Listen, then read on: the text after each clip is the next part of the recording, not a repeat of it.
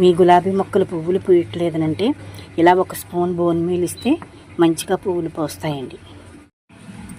ఒక స్పూను ఇలా bone meal వేస్తే మొక్కలకి మంచి పోషకాలు అందుతాయండి.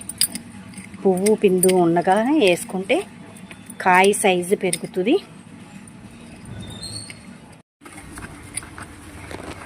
కిందికి పైకి మట్టి కలదవుతే ఆ బోన్ మీల్ లోపలికి వేరుకి అందుతుంది.